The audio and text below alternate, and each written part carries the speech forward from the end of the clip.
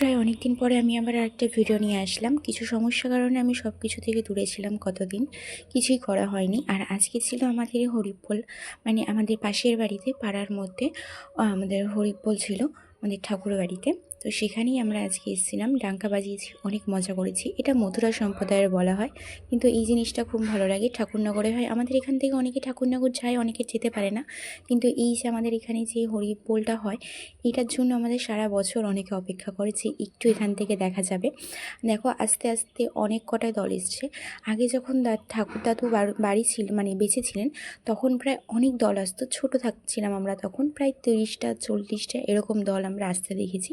এখন যত দিন যাচ্ছে আস্তে আস্তে দলও কমছে, আমাদের সেই ছোটোবেলার মজাগুলোও কমছে। এখানে আমি, আমার মা, আমার ছোট্ট মা, আমরা সবাই মিলে দেখছিলাম দল আসা।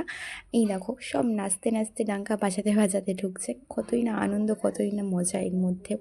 তার কিছুক্ষণ পরে আমরা এখানে কিছুটা বাজানো টাজানো দেখার পর আমি আর আমার বান্ধবী, মানে আমার আখি, আমরা চলে গেছিলাম ভেতর দিয়ে ডাঙ্কা বার করার জন্য। আমি অবশ্য কোনো দিন বাজাইনি, আমি এটাই প্রথমবার এবার ডাঙ্কাটা বাজাবো। তার উপর দিয়ে আমার পায়ে প্রচণ্ড ব্যথা। আমি জানি না পরের দিন আমার পাটা কী হবে। আমি সকালবেলাও পায়ে দাঁড়াতে পারছিলাম না। এরপরে আমি যেই ডাঙ্কা বাজাতে বাজাতে আমার পায়ের অবস্থা যে কী হবে আমি নিজেও জানি না। আর এটাই হচ্ছে আমাদের হরিচাঁদ গুরুচাঁদের মন্দির। আর ওই ভেতরে হচ্ছে গোসাই বাবার দাদুর মূর্তি রয়েছে। আমরা এই দিক থেকে ডাঙ্কাটা বার করে নিয়ে আমিও চলে গেলাম ডাঙ্কা বাজাতে। সত্যি ডাঙ্কাটা বাজাতে বাজাতে না, মানে মনে হচ্ছিল না যে কাউকে আর ডাঙ্কাটা দিই, ভাই আমি বাজাতে থাকি।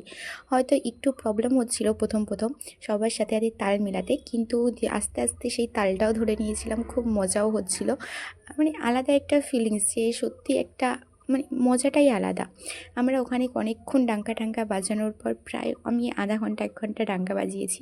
বাজানো টাজানোর পর আমরা ওখান থেকে বেরিয়ে খাওয়া দাওয়া করি। ওখানেই সেদিনকে ওখানে খাওয়া দাওয়াটা আমাদের ছিল। আর আমাদের যে মাঠটাতে তোমরা প্যান্ডেলটা দেখছিলে, ওই প্যান্ডেলটা প্রায় পুরো মাঠটা জুড়ে হতো। অনেক দূর দূর থেকে দল আসে, কাটোয়া, বর্ধমান, বইচি, কালনা, তারপর হচ্ছে ওই আকাইপুর, সব দিক থেকে আসে। বাজানো শেষ, এবার